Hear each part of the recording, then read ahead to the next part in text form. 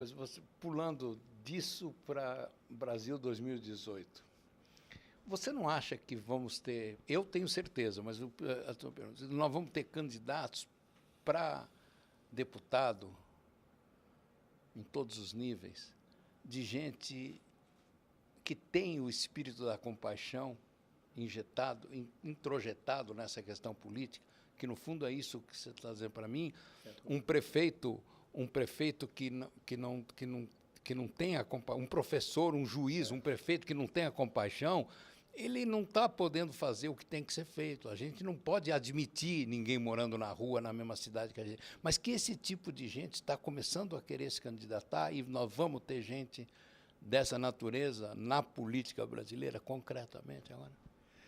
Olha, eu considero que tão importante quanto eleger um presidente é eleger representantes, deputados e senadores que possam criar uma base de sustentação de um projeto diferente do Brasil, que tenha compaixão pelo pobre, que respeite a natureza, que respeite a Amazônia, que mantenha as águas puras, que faça justiça mínima social para todos. Então, eu acho que é fundamental escolhermos deputados e senadores que tenham essa sensibilidade, que sejam humanos, que tenham coração e não só cabeça. E isso, para mim, é fundamental, porque um presidente sozinho deverá fazer coalizões que sempre são negócios de toma lá, dá cá, é sempre concessões, e isso sempre deturpa o projeto de base. Então, nós estamos numa situação grave no Brasil, onde aquele que poderia e pode salvar esse país está preso. Eu estou convencido que a única pessoa que tem a confiança do povo, porque em política o que conta é a confiança, não é a inteligência do político. É a confiança que ele consegue irradiar sobre a população, de que ele faz políticas boas para todos, começando pelos últimos e mais invisíveis. Então, eu acho que é a única pessoa, para mim, que tem essa sensibilidade, esse amor entranhável do povo, que se diz um sobrevivente da fome, porque perdeu 2 irmãos morrendo de fome. Diz, eu que escapei de morrer de fome, vivendo preso nessa prisão, eu visitei lá, para mim é quase uma festa. Nunca vivi assim. Uma sala enorme para mim, posso ler, dormir, fazer minha ginástica. Isso não é nada face ao sofrimento que o povo tem, o sofrimento que eu passei pela vida. Então, essa pessoa tem a confiança do povo.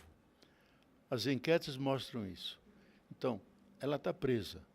Eu acho que tem que ter uma pressão nacional, internacional.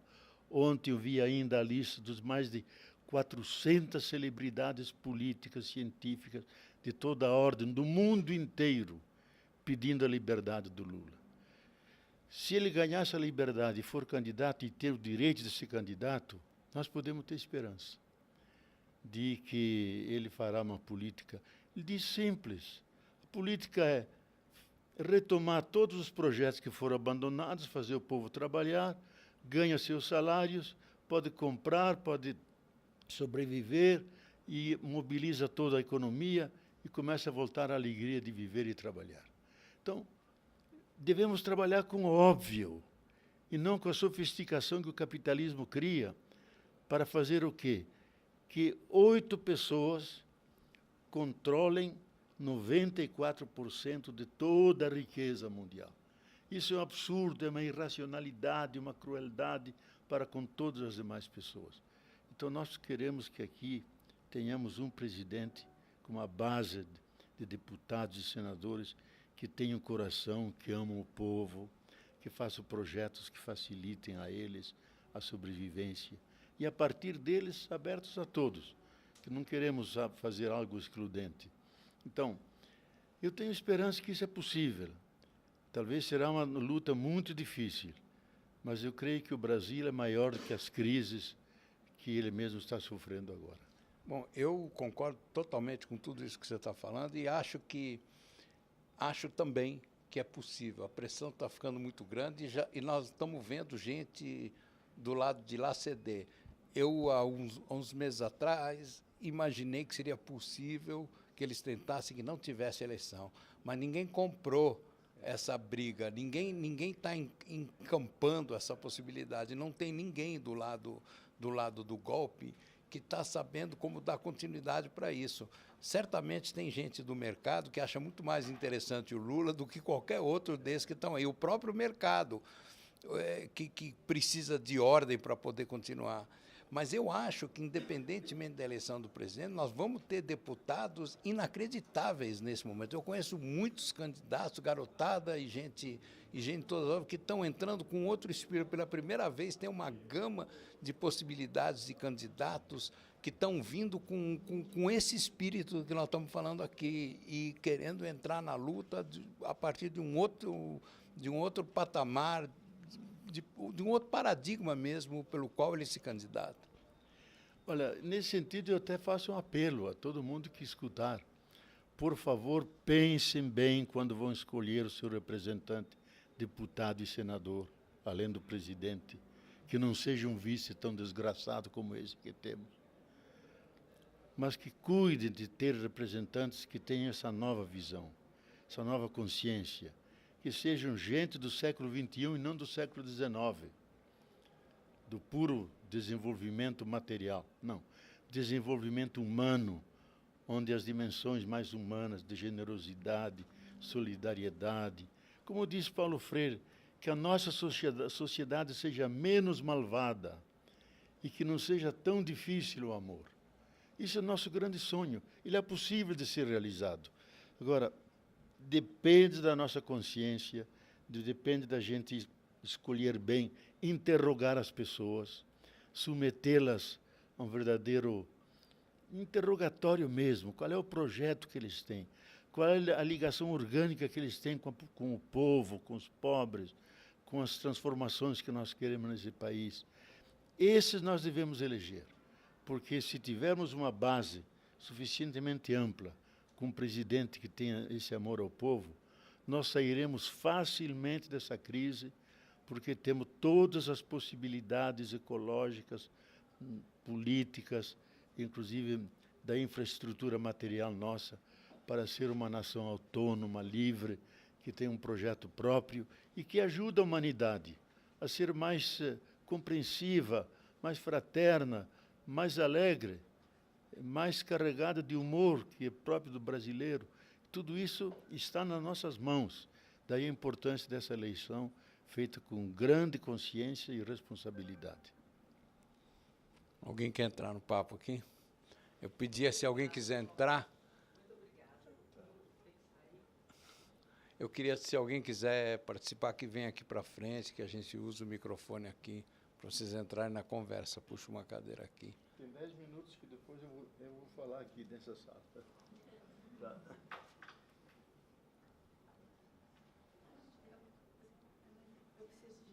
Porque senão a gente não grava o que você for falar. Hã? A questão dessa questão da tecnologia digital, sendo a fada madrinha que vai resolver, né, que vai desencantar essa coisa do capitalismo e tal. Mas ela não está também assentada no capitalismo? Como que seria essa, para desvincular, para que toda essa tecnologia aconteça? Não é preciso a extração do nióbio, não é preciso o Vale do Silício, que é assentada no capitalismo, na destruição também da natureza. Como que a gente vislumbraria? Eu não sei se eu estou me colocando bem, expressando bem. Como que a gente conseguiria que essa fada madrinha se desvinculasse do rei para que pudesse fazer o encantamento acontecer? Os dois, eu acho. É rápido. Eu acho que nós somos obrigados hoje a fazer uma espécie de cálculo. Quanto que eu posso retirar de nióbio para atender nossas necessidades? Quanto devo preservá-lo para os meus filhos e netos? E para que a natureza possa estar disponível para as futuras gerações e as tecnologias. Então, esse cálculo nós temos que fazer. Não dá mais simplesmente tratar a natureza como um baú que eu vou tirando, cheio de recursos. Os recursos são limitados, cada vez mais não reproduzíveis. Então, nós temos que, com parcimônia, ter um consumo responsável, um consumo que seja participado e solidário com todos. Como a China estabeleceu no seu grande ensaio agora, ter uma satisfação adequada à nossa população. E hoje isso nós podemos fazer, mas isso é contra o capitalismo. O capitalismo vai lutar contra isso. Agora, ele terá contra si a própria natureza, que não suporta mais a lógica de superexploração, e, ao mesmo tempo, a própria consciência da humanidade, que não vai secundar, não vai simplesmente ser consumista, como eles sempre imaginaram. Então, como essa expressão fada madrinha foi eu que trouxe aqui, você falou, eu enxergo a coisa do seguinte jeito. A internet trouxe a possibilidade de que ideias minoritárias, ideias que não são da maioria, ser veiculadas e ultrapassar o mundo todo. É nesse sentido que eu falo que a internet é a fada madrinha da diversidade. Ela permite às minorias de se expressarem e as pessoas que pensam minoritariamente de se encontrar e de se organizar no sentido de uma luta. E isso é absolutamente novo na humanidade. As pessoas ficavam perdidas sem saber onde estão seus pares. Seus pares não estão necessariamente no quarteirão, na vizinhança onde você está. Seus pares estão espalhados no mundo. Eu me lembro que o Egberto Gismonti me contou uma história que ele estava conversando com gente, como é o nome? Com Keith Richards, que era um músico, Keith Jarrett, que era um músico que vendia muito disco no mundo. Ele falou, mas você pode pensar projetos grandes, porque você vende muito disco. Ele falou, você está enganado. Eu vendo muito disco, eu vendo pouco disco em muitos lugares. E essa minoria, ela não existia na lógica anterior, não era possível a indústria produzir. A indústria quer que todo mundo largue mão de querer coisas diferentes e que todo mundo queira a mesma coisa, porque aí o consumo está feito. E, de repente, existe a possibilidade. A própria tecnologia está inventando coisas inacreditáveis. O drone vai substituir os transportes de petróleo todos, com certeza. As matrizes energéticas novas, o petróleo é uma coisa completamente sem sentido tecnológico no século XXI. A matriz energética do petróleo é uma coisa completamente ultrapassada, tecnologicamente ultrapassada. Não tem sentido mais nenhum. A ideia de que o petróleo é finito, que nós temos que procurar outras alternativas porque o petróleo vai acabar, é uma puta de uma bobagem, porque o petróleo não vai acabar a tempo, assim como a idade da pedra não terminou por escassez de pedra. Então, não tem sentido nenhum imaginar. O petróleo é ultrapassado, acabou, não tem mais sentido nenhum. Ele é mantido vivo por uma ganância especulativa, e o petróleo é ligado à guerra, ligado às armas, ligado a toda essa desgraça toda que o mundo está fazendo. Só que a tecnologia está produzindo. O velho Gurgel falou para mim, pessoalmente, nos anos 80, eu acho, lá para trás, que ele parou de tocar o projeto do carro elétrico porque que iam matar ele. Ele me disse isso. Iam matar ele porque os interesses da gasolina, do petróleo, enfim, estavam se sobrepondo a tudo que ele fazia. Hoje a Honda faz carro elétrico.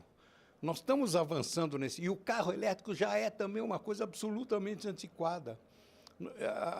A energia do hidrogênio propõe uma coisa muito interessante. Tem um cara, o Jeremy Rifkin, se conhece o trabalho, ele diz num livro uma coisa muito interessante. Ele disse assim que a tipografia de Gutenberg, e alguns séculos depois, a queima de combustíveis fósseis gerou a possibilidade da velocidade do século XX.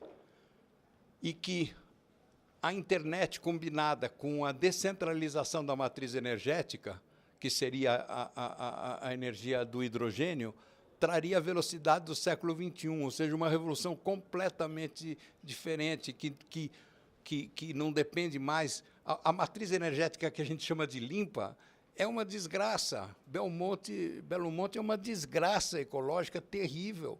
E nós temos um filme produzido em Hollywood, que foi um dos maiores bilheterias do cinema do mundo, que é o Avatar, que conta exatamente a história de Belo Monte. Então, nós temos reações de dentro do seio do capitalismo de coisas que estão trazendo a possibilidade da lucidez. Eu tenho feito sessões de Avatar discutindo isso com crianças e adolescentes. Isso foi a primeira coisa que eu pensei quando eu vi Avatar. E é a primeira pessoa que pensa como eu, que o Avatar é a visão. A impressão que eu tenho, que eu moro na região amazônica, a impressão que eu tenho, quando eu vejo o Avatar, quando eu vejo o planeta, eu vejo a Amazônia, com todos os seus seres diferentes, que nem o Brasil conhece. Centenas de humanos que moram lá, que nunca tiveram nenhuma comunicação com o homem branco civilizado. Então, para mim, Avatar foi um choque tão violento. E as pessoas falaram, mas você ficou chocada com um filme americano, Pipoca? Eu falei, vocês estão enganados, o filme não é Pipoca americana. Aquele é um filme filosoficamente correto, ecologicamente correto. E subversivo. E totalmente subversivo. É maravilhoso. Eu faço meus netos, eu levo as crianças para minha casa, faço sessão, ponho o Avatar para eles verem, todo mundo com óculos, porque eu também não sou, eu sou ecológica, mas eu sou careta. Eu compro meu 3D, põe as criancinhas tudo de óculos, tudo assistindo Avatar, e eles entram naquilo, eles entendem que é um grito de socorro. Você está... Eu estou feliz que a gente tenha tido essa comunicação, porque eu percebo isso profundamente. Mas tem outros filmes americanos que estão... Beleza Americana, você viu? Vi. Beleza Americana é um filme onde o único cara boa gente do filme é um pequeno traficante de maconha. O cara filha da puta é o coronel. É o típico americano. É o coronel. Ele faz uma... gente de bem da família americana. É o homem de bem. E a mulher desse coronel que não abre a boca. E ele coleciona armas, coleciona símbolos nazistas, e ele é dos Marines, que é uma instituição americana. O Hollywood, que foi feito para vender o jeito americano, está destruindo o jeito americano. Os filmes do Spielberg, vários deles, filmes profundamente subversivos. Se você olhar para a Guerra nas Estrelas, por exemplo, o que é a Guerra nas Estrelas? É uma guerra comercial. É a mesma coisa que Avatar, transposta para o mundo da fantasia, que gerou aquela puta confusão no mundo todo, onde o cara boa gente é o que está lá ajudando. As pessoas não conseguem enxergar um pouco mais profundamente. Eu tenho um livro de cabeceira que tem a melhor dedicatória que um autor poderia fazer para mim. E ele já morreu. E, do lado, abaixo daquela dedicatória, tem uma dedicatória do Leonardo Boff, que é uma coisa muito impressionante. E, naquele livro, eu entendi, pela primeira vez, o sentido da palavra compartilhar.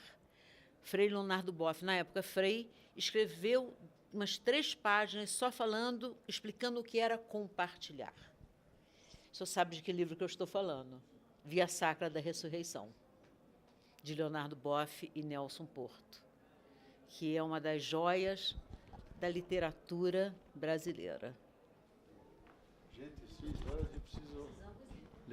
Vamos embora, mais uma despedida aqui. Eu novamente faço um apelo para a consciência da nova humanidade, da nova casa comum, a Terra, da responsabilidade que nos próximos meses teremos ao poder escolher nossos representantes e torcer para que Lula tenha direito de ser candidato e vou entregar nossa confiança a pessoas que realmente amam o povo e façam justiça a ele depois de tantos séculos de sofrimento, para que esse sofrimento não seja em vão, mas o gerador de um país justo, humano, amoroso e fraterno. Obrigado.